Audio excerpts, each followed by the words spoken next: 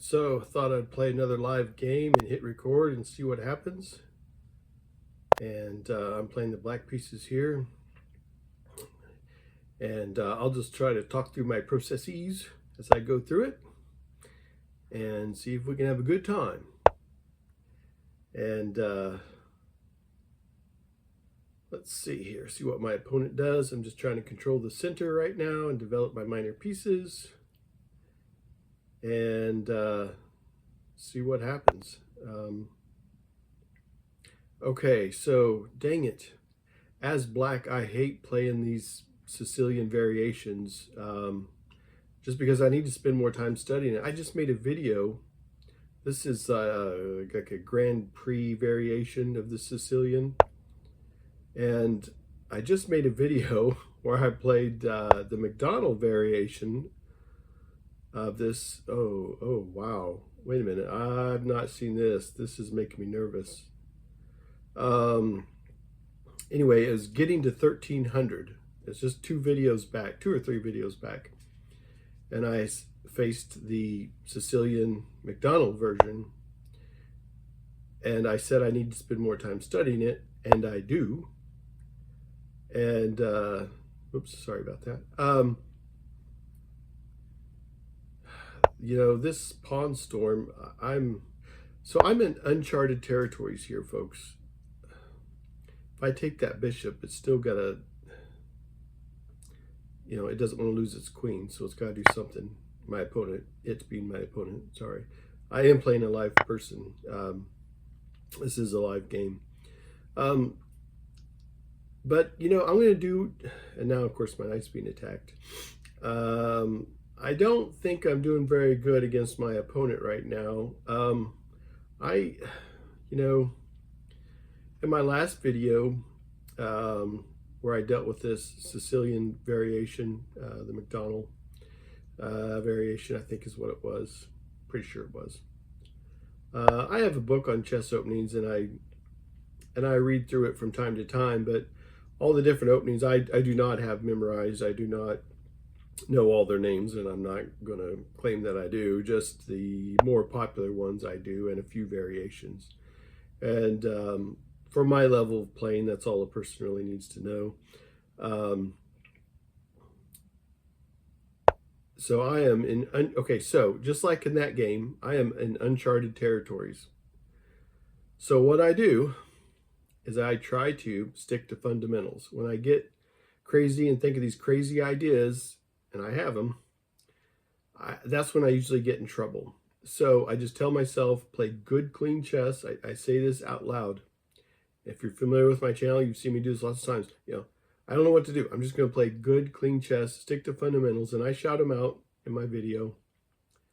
So here, I really don't like, there's two pawns in my territory. I've still got my king in the center of the board. I've got dark squared bishop, minor piece that's not developed. I don't like my position. I don't understand what my opponent is up to. And that's what makes me nervous.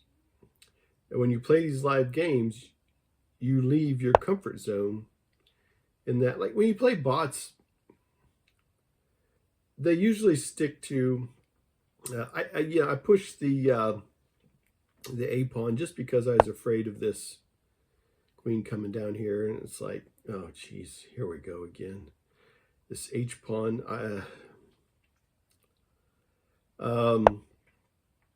But anyway, I'm just going to try to stick to good fundamentals. And this pawn storm coming down is making me very nervous. However, it may pay dividends later, because here's the problem. If I can get past whatever my opponent is up to here, and I don't know, uncharted territories, if I can get past it, it will probably swing greatly, it being the game will probably swing greatly in my favor. When you're playing chess, it's just like investing. You want something that's going to pay dividend. Unless you got something, if you got some kind of financial knowledge of something that pays off greatly immediately, then I hold that thought. Is my opponent really going to let me do this fork? Remember my rule of fork. Fork me, fork you. That's my rule of fork. You already know this if you're familiar with my channel. So now I'm going to take a major piece with my minor piece.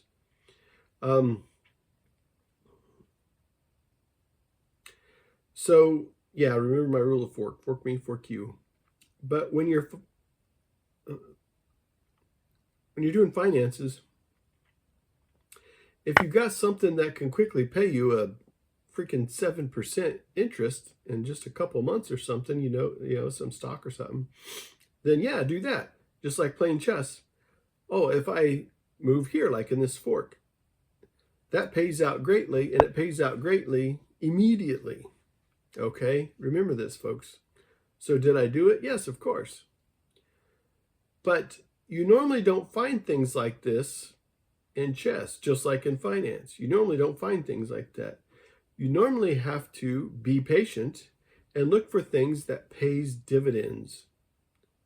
You look for moves that pay dividends. So if I survive whatever my opponent is up to here, the dividends will be paying out greatly, and my patience will be rewarded. But I don't know, gang. I mean,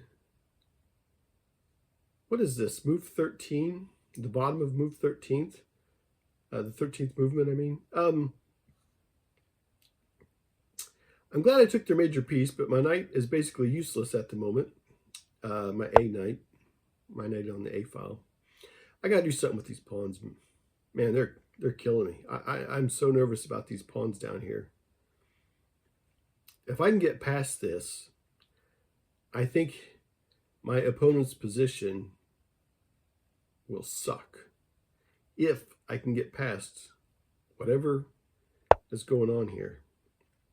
And sometimes when you go to these chess sites, and especially with bots, I've said in my other videos, it's a good chance to experiment with things. And I do that a lot. And my opponent may be doing that too. He may have had an idea and he wants to try it against live people. Maybe he or she has played it against a bot a few times. But I also got a knight in my territory. Watched a lot of old Bobby Fischer stuff. One thing that Bobby Fischer did is when there was a piece in his territory, a pawn's not a piece. A pawn is a pawn. But I have a knight, I have a piece, a minor piece in my territory. He always considered it a priority more than some other players do. Like masters, I mean, not hacks like me. So yeah, I'm trying to decide if I want to take the G pawn. You know, I'm just trying to look what happens if I push up the G pawn. What if I push up my pawn and go to G6, push to G6? Because these pawns, I can't just ignore them. And here's the thing. And this is why I think my opponent has got some kind of idea, and it's not just random goofy playing.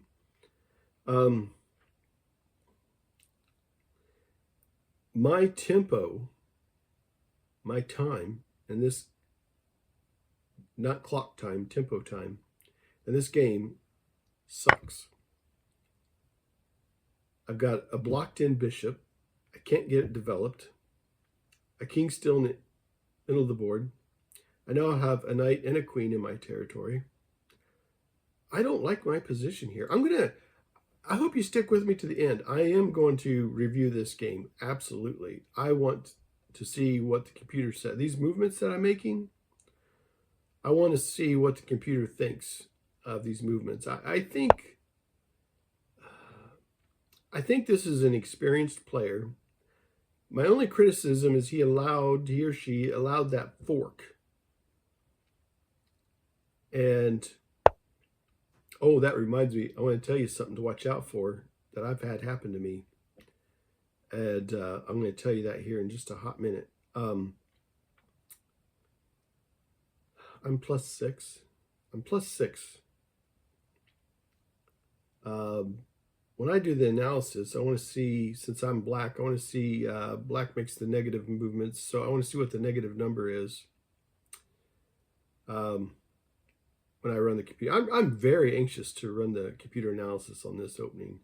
Other than that fork, I don't know, man. You know, this dark squared bishop comes down here too. And at least I could, no, I can't. If I slide over to G, the G file, it doesn't have a defender. I can't get that damn bishop out of the way. Oh, the thing I wanted to say. I played a live game, and it's been a few games back, and I recorded it. I think I published it. I don't remember. I record, I don't know, about 30% of my games, and some I don't publish, some I do. I don't know. They're longer games. I like playing the longer games, and usually people on YouTube land steer away. But I was drawing out on the board my movements and my thought processes. And let's see if I can, get this queen out here and just do something. I mean, I can do a check, when I push to the A4, but the queen to the A4. It doesn't really go anywhere. It's defended fairly easily, but I don't know. I gotta freaking do something. I can't just sit here on the bottom rank, the 8th rank, the bottom rank for me, and just freaking sit here. I can't do it. My knight on the 1st rank is like, hey man, I did my job. I'm just gonna chill and enjoy the game. That's not good. You gotta get to work, man. Let's go. But as I was drawing the movements on the board, I swear to Jezebel, somebody had another computer or something and was watching my game. Because you can watch games. You can watch live games. You don't have to do the streaming thing. You don't have to see it on streaming. Okay? I don't know if you know this or not, but all these chess websites have it to where you can tune into somebody else's live game at any time and watch it. And that's fine. That's great. But I was drawing out all my ideas. And I mean, this cat was everything I was freaking drawing. Like he or she immediately rebutted it. And, and it was a long drawn out game. And I actually got to the point to where I stopped marking up the board because I was like, I think this cat's got another computer and is just like freaking, everything gets like immediately rebutted. Or maybe I was just playing shitty. Maybe. I don't know. But no, I mean, it's hard. Okay, it's hard to put into words, but all right. So I'm thinking about some ideas here. How to use one piece by itself cannot do much. However, you get a second piece in there and you can do a lot. Okay, so I'm kind of stuck. So, but you know what, gang? Look, the C file, semi-open because there's only one pawn on it, so it's semi-open. I got a major piece, let's own it. And I don't want my opponent's knight to go to C7. So, I have another idea, I hop here and that stops that B pawn from being pushed down, what I just drew. So I'm thinking these ideas and I'm talking out loud. I used to not be able to play chess and talk out loud. Well, I've done it enough now that I can. However, I usually don't know what the hell I'm saying. And if you're familiar with my channel, you already know this. Here's the thing. My opponent and I, we're now on move 18. My opponent and I have danced around, moved minor pieces a lot. I mean, we're breaking fundamental rules in chess here. Like, usually when you develop a piece, you like for it to not move it more than once, in your openings.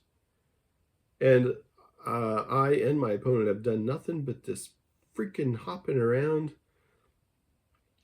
And sometimes when I get in here and make these videos, I realize I curse too much, and I'm trying to be mindful of that. And but that's just the way God made me, and there's nothing I can do about it now. So in 2025, I am not going to cuss anymore. I'm not going to cuss any less either. So about the same. About the same. It's going to be about the same, folks. And that's the way it is. So I can talk and play chess. People would probably rather I didn't. But my videos are boring enough as they are. I would love to not. A lot of times, this is a serious game. It's a live game, and I am taking it serious. And I am doing my best. For real. Like, I'm being serious.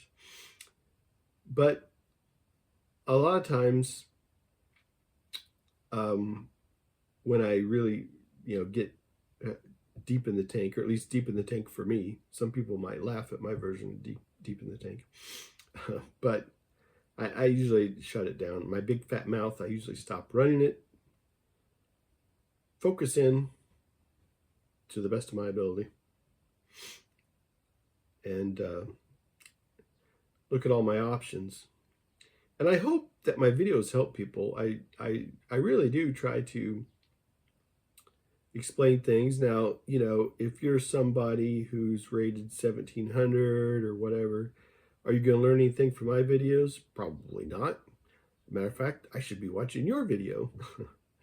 But, maybe, I talked to a guy who's rated in the 900s and, was wanting to, was like, I'll just be happy if I can get into the 1100s. Okay, well, that I can help with.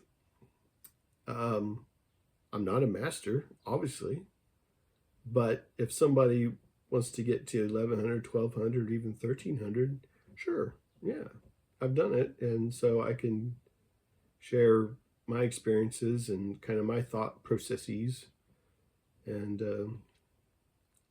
all that. So anyway,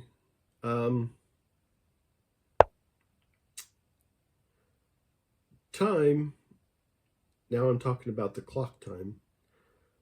I'm down 7, 8, 9, 10, what is that, 3 minutes? So I need to speed this up.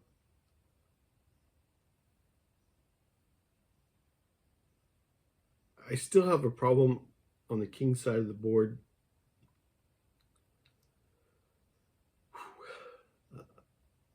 I'm really nervous about that. Lots of times in this game, I have found myself not knowing what to do. Lots of times. I don't see a good, clear movement. So what do I do in that situation? Again, stick to fundamentals. Control the center. Develop your minor pieces followed by your major pieces. Your majors are your 2 rooks and your queen.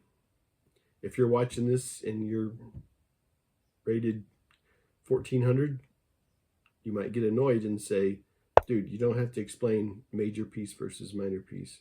Well, you don't know what you don't know. We all start somewhere. Somebody might not know yet. They might not know what the hell people are talking about. And then they watch other videos.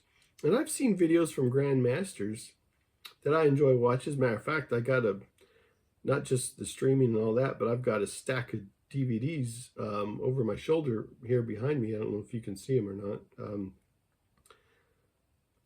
And I've seen most of them. Some of them I've seen multiple times and studied. And they're great videos. I got a lot of videos of the, what's that called? Karpov's something. Yeah, but look, there's some things I got to watch out for. Here's what I want to do, as I want to get up there and do a check on the D file. But this knight in my territory has me nervous. I'm going to take that D3 pawn and do a check while that knight just cut off my own opponent's king. But anyway, no, some of these grandmasters, I've seen videos, when I was in the 1200s, trying to become into the 1300s, there was a grandmaster, I'm not going to say his name, but I really enjoyed him and enjoyed watching his videos. And he made some kind of comment where he was laughing at people in the 1200s and, said that, I don't know, it was just, fun is fun, and that's fine. And I can take a hit just as well as the next guy. But when it's, kind of this mean-spirited, looking down your nose at somebody who's, rated 1200 or something, that it kind of hurt and it kind of sucked. And I was just like, oh man, I thought I was doing good, and this guy just told me I sucked. So the big thing about chess is have fun. Of course, most chess players always want to increase their ELO, of course, yeah. But the big thing is to just have fun. And I can't play chess as much as I like. I have a job just like most everybody else, and I have to go to work Monday through Friday, so I don't get to play chess like I'd like to. But that's the way it is. And anyway, but most grandmasters are really cool, and they're happy to help, and not even just grandmasters, just international masters, whatever, but anyway, enough about that. We're trying to have a good time here.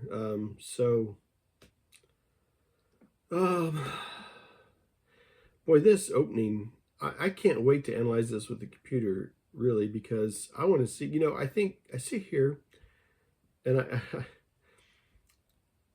I seen a cartoon, and I'm reminded of this little cartoon. By cartoon, I mean this little comical, like a drawing, graphical cartoon thing. And it's two people looking over the chessboard, and I want to do another check, but this pawn, the C pawn, protects me and allows me to do some things with my queen. Again, the power of having more than one piece do the. I've played games where somebody sends their queen all the way up the board or whatever, and they attack, but it's just a queen. It's just like, okay, you want to dance around, okay, but you need some kind of other piece to help, or nothing's going to happen. Okay, back to the cartoon thing. It's two people, two cartoon characters playing chess, looking across the board at each other. Both they're drawn very nervous, they're sweating. And the one cartoon person says, my God, this is the most brilliant thing I've ever seen. My opponent is cooking up something that I just can't even understand. Wow. And then the other guy, you read his caption, he's thinking, he's just like, uh-oh, I have no idea what I'm doing. So it's all a matter of perspective, matter of perspective. And so that's why I'm anxious to analyze this game. Very unorthodox opening. Very effective. I don't know, possibly, but like I said, it really comes down to if I was in trouble in this opening. I don't doubt that. However, like I said, if I can survive whatever my opponent's trying, and I think you're seeing the result of me slowly getting out of whatever my opponent had in mind. I'm slowly getting out of it. And when here we go. Yeah. So when I completely get out of it, that's when those dividends I was talking about, those dividends are going to pay off. So, I'm plus 10 right now. I don't know if a computer would have me in a better position or not. I would say yes, unless I'm missing something. I would say yes, unless I'm missing something. So whatever my opponent, because we're at move 25. So whatever my opponent had in mind, I think I've officially overcome it now. I think I've officially overcome it. Look, my opponent has 3 isolated pawns. 3 isolated pawns. Yes, I have an isolated pawn up against the edge as well. But, you know, should I try to save my knight? Probably. Sometimes I get sloppy, and it's like the human mind wants to take the path of least resistance, yeah? Okay? So keep that in mind. The human mind wants to take the path of least resistance. And in chess, this is what you have to come. By the way, I have a relative pin on that knight, by the way. So I've had it, okay, so I'm +9 right now. I've had it where, you know, +5, whatever, and I get towards the end game, I'm like, yeah, I got this. Yeah, I'm like, how many ELO points am I going to get out of this? Oh, that's nice. And 5 moves later, I'm completely losing.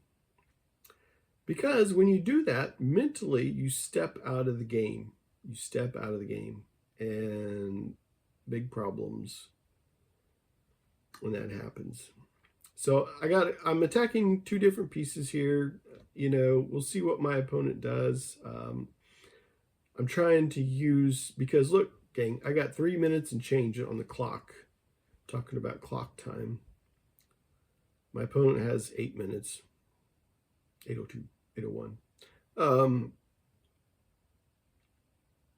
I need to use my opponent's time to be thinking about my next move. And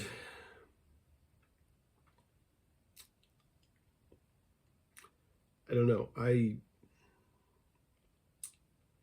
already decided that however this game turns out, I'm going to make it a video. So that's why I'm talking so much. But honestly, if I wasn't going to make this a video, I would not be running my fat mouth. That there are certain openings out there that I have not really studied.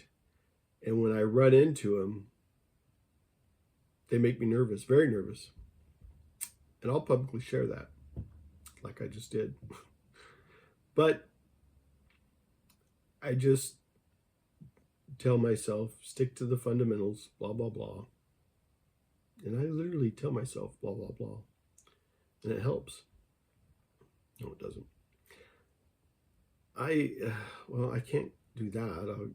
But, you know, how can I get to the E3 with my queen?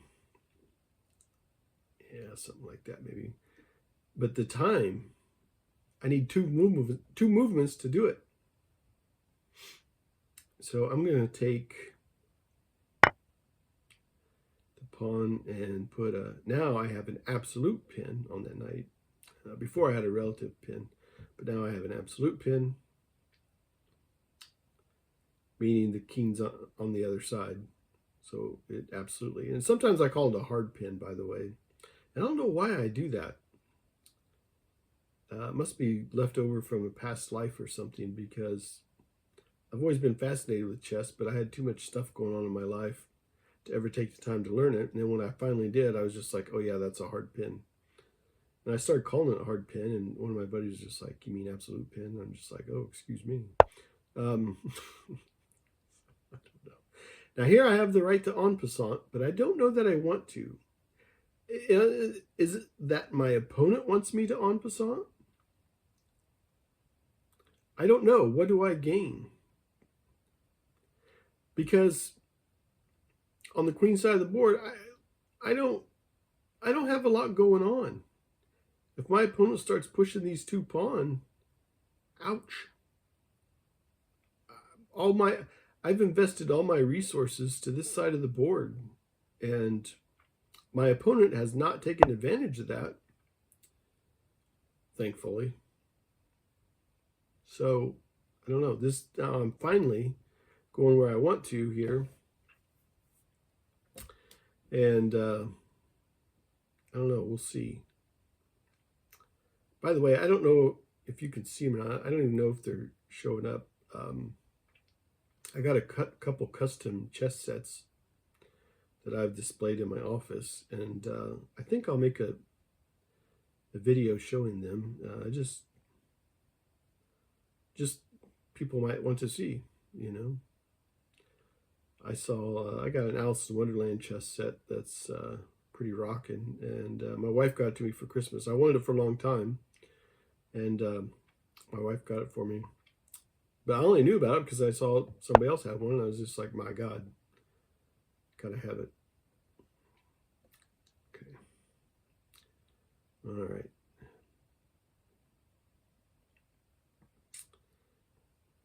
Okay.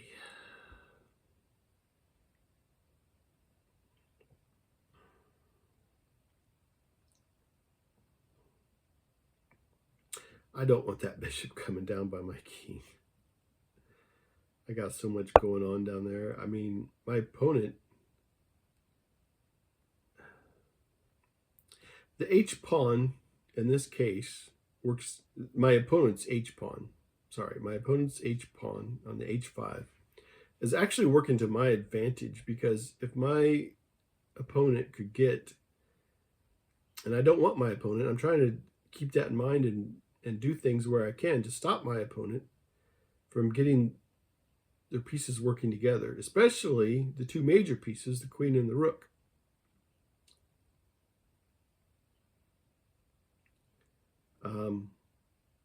So, you know, if they were to line those pieces up right now, fine. Come to the 7th rank. See what happens. My bishop will make quick work of it. You know. So, you know, look, my opponent's not going to freaking hop down.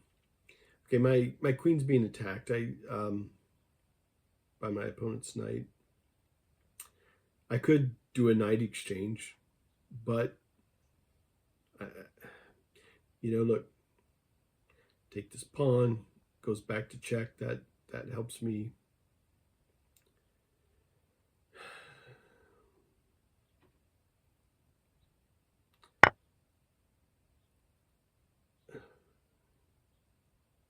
Okay. So I think my opponent now is throwing pieces at a problem, and that doesn't work unless I slip up. When your opponent just starts throwing pieces at a problem, it doesn't work unless you slip up. And that's probably what they're hoping for. And I've had that happen. If you subscribe to my channel, you've already known this because you've seen where I should have won games and slip up. I just posted one, actually, where I said I was mad at myself, and I was, but I got over it pretty quick. It's all just for fun, right?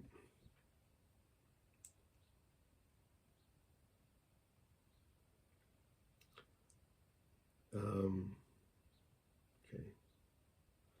So,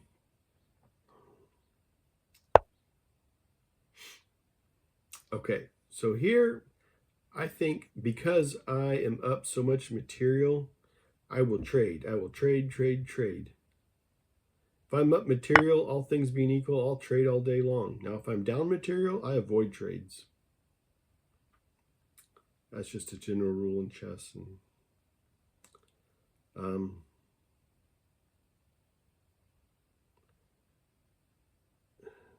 so I'm curious to see how this plays out. I assume we're doing a queen exchange. I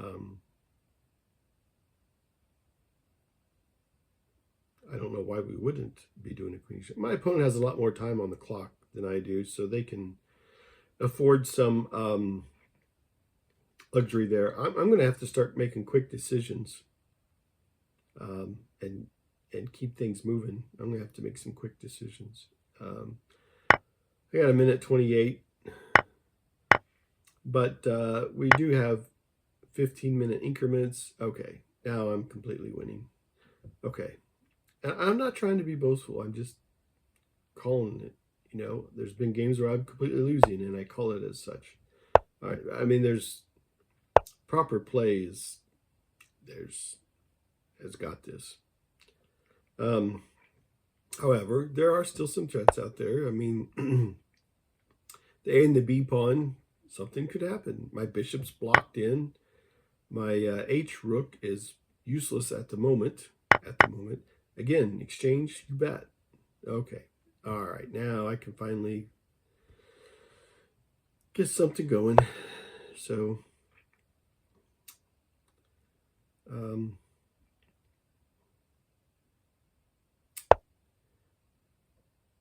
so I want to make quick movements so that my clock time increases, because you never know. I'm trying to be conservative here.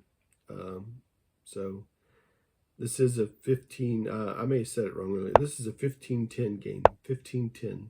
I think I said 15 second increments. That's not right if that's what I said. I think I did say that. Get rid of these other pawns that are making me very nervous. Yeah, it's a 15-10 game. Sorry. Okay.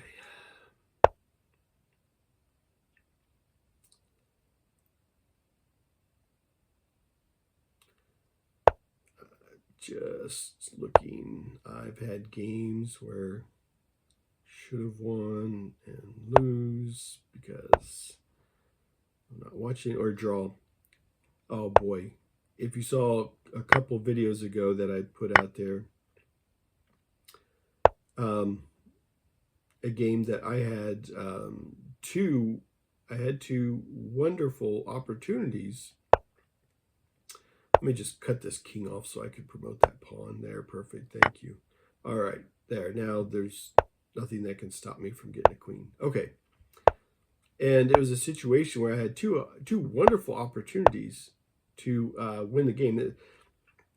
The game was back and forth, neck and neck. King's cut off there. And I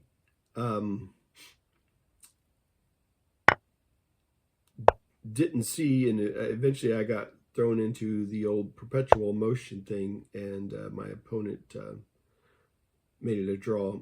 A lot of times people go for a stalemate where there's no legal move. That's a real popular thing to do. I always call that coffee house chess. But I may have been guilty of doing those things a few times myself, where it's like, oh, I can't win, but I'll throw myself at a stalemate. You know, I'll make it. I'll throw you in this perpetual motion, which is what happened to me. I got thrown in a perpetual motion, and it was a draw. And I had two beautiful opportunities to win, and there we go. Okay, so anyway, I'm going to review this because that opening, I was really nervous. Okay, so let's look. Okay, so there's the graph. Okay, and I'll come back and look at the numbers, but we're going to jump right into the opening here. Okay, so, you know, my opponent was probably trying something out. Let's look at that. You know, that G4, the computer says was a mistake. Of course, now I turn around and miss an opportunity there. But we'll see what the numbers are after this. Numbers as in what does the computer think? What ELO did we play at according to what the computer thought for this game? Oh, and the percentage. That's what I'm trying to say. What accuracy percentage? We're going to look at all that. But, you know, I don't know. The computer says, you know, there's another mistake. But yeah, there's the fork. Yeah, okay, yeah. Okay, yeah. Okay. So, okay, the computer has me at a, what is that, a negative 2.3, negative 3.1. Negative, okay, -3, I think, is what the computer has me at. I did not think I played that well. I thought my opponent did an excellent job with their opening.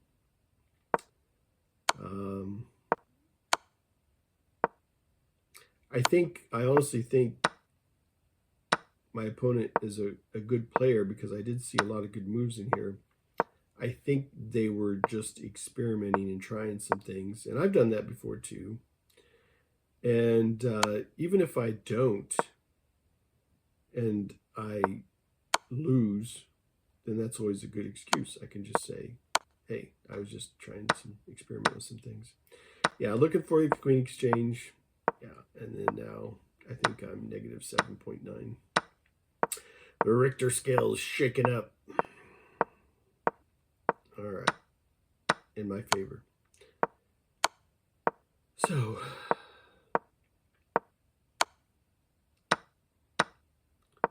okay, yeah.